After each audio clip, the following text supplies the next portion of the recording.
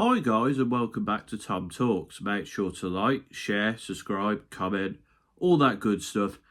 And today we're going to be talking about England again, and it's a bit less positive. I don't think I have an England shirt that fits me because my last England shirt that I bought was the one that we wore at the 2010 World Cup, which was 14 years ago when I was a teenager. How old have I been? I was 12. So I was a child, so it obviously doesn't fit me anymore. I don't think it sort of fit me at uni, but not really. I don't think it fits. So you've got the Man United shirt, which we won the FA Cup final in, fortunately, because that would be a bit shit if we didn't, but hey ho. I will talk about Man United season and the women as well, because it's not looking good for next season, but we'll get to that in another video, probably soonish. Probably the interim period between the group stage and the knockouts. And I will also react to the group stages and see how it configures with where I thought teams were going to finish. I did do a predictions video, but it didn't come out because, again, I didn't have the time, as I did with doing individual match reports. But enough excuses, let's get down to it. England were bloody rubbish. Yeah, we weren't very good in this group stage. I don't think I've seen England this bad at a tournament since, probably the 2010 World Cup. That is the last time that England have been this pathetically bad at a tournament. At Euro 2012, we weren't amazing, but we looked like something. Actually, no, the 2014 World Cup, we were pretty bad as well. But we were in a group with Uruguay, Italy, and a Costa Rica team that got to the quarterfinals. So, yeah. But this has been the worst we've been in the Gareth Southgate era, to say the least. I can't even remember how we did at Euro 2016. Yeah, I don't remember that tournament. Maybe that was worse. I don't know. But, sorry, no, Euro 2016, that was where we lost to Iceland. Anyway, enough not so much reminiscing as looking back on poor England performances. This has been pretty bad. And it reminded me of that era of England. Remember the 2006 World Cup a little bit, and obviously I saw us lose to Portugal, but the majority of my England time was just rubbish. And then we had the Gareth Southgate era, and that, for the most part, has been good to watch. This has not been fun to watch. In fact, the first England game where I wasn't at work was yesterday, and my God, that was awful. That really was an awful watch. And well, I'm glad that I wasn't at work because that would be even more boring to watch. But anyway, so the Serbia game, we were pretty decent in the first half. And then the second half, we were just very defensive. The Denmark game, very lacklustre, very poor, looked very open in the middle of the park. And then Slovenia yesterday, there was no real desire. There was no real sense of, like, let's go get the game.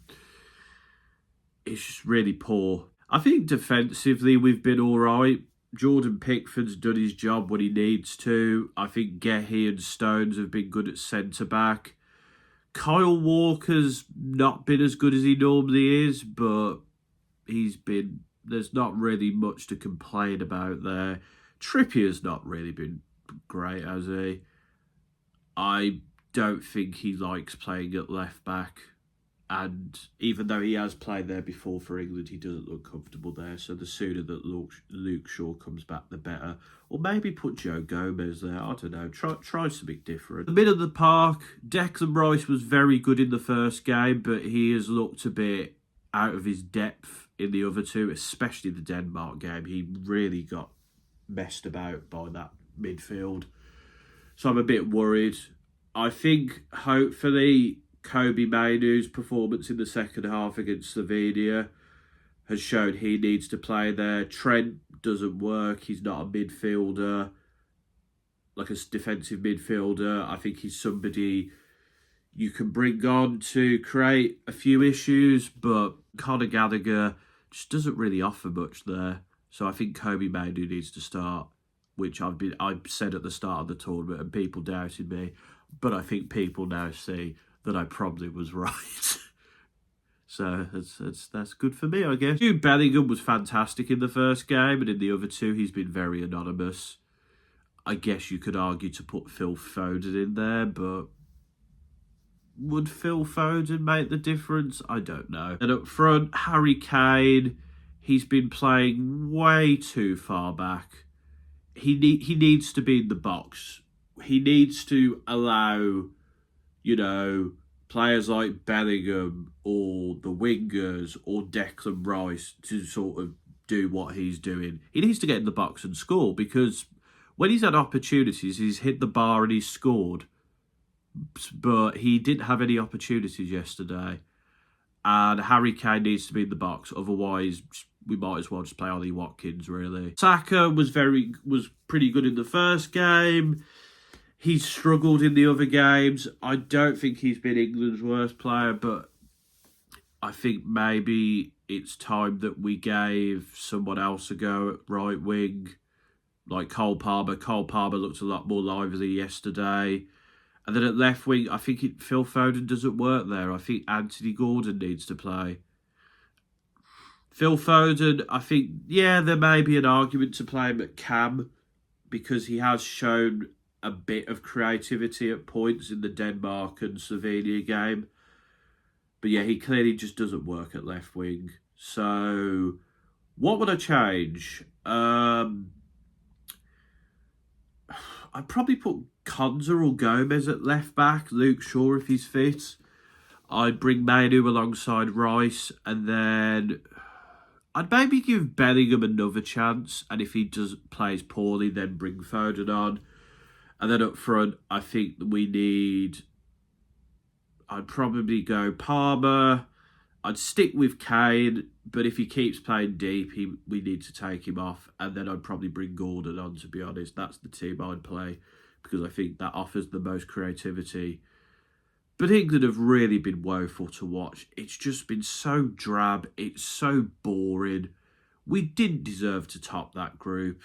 It wasn't a great group to be in either. Like, Denmark looked decent, but their lack of goals showed they're not the same team who got to the semi-finals.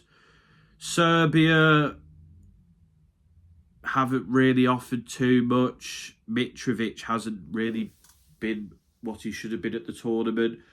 And Slovenia, Benjamin Sesko, not really done much. I think Oblak is obviously a good goalie, but was he really tested by us?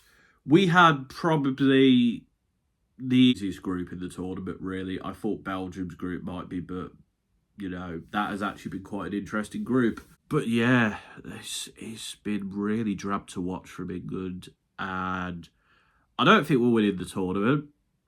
I know other teams like France have been bad, Germany's dropped points, Portugal's had a good game and a sort of air game, but there's nothing in this England team that suggests to me that we are going to win this tournament. It would be a minor miracle if we won this tournament, to be quite honest. It's not fun to watch. We've scored 2 goals and conceded 1. Some fantastic players in there, and just not offering anything. They don't the system doesn't work. We should have got a new manager. Gareth Southgate's system does not work anymore. It doesn't provide fluid football. It doesn't create goals, and it's not fun to watch. Like, this system can work. We battered Iran at the last tournament. We battered Panama at the 2018 World Cup. Making England boring to watch and not getting anything from it's a cardinal sin, really. But yeah, that's my thoughts on England in the group stage. Very poor, very boring, very lacklustre. And whoever we get in the last 16 will be interesting. But yeah,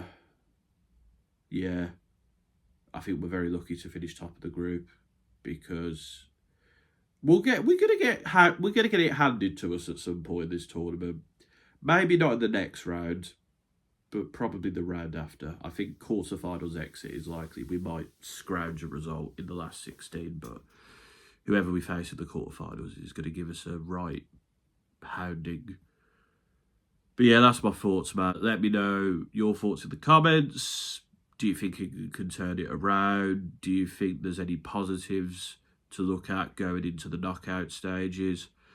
Let me know your thoughts in the comments. But until next time, folks, this has been another Tom Talks.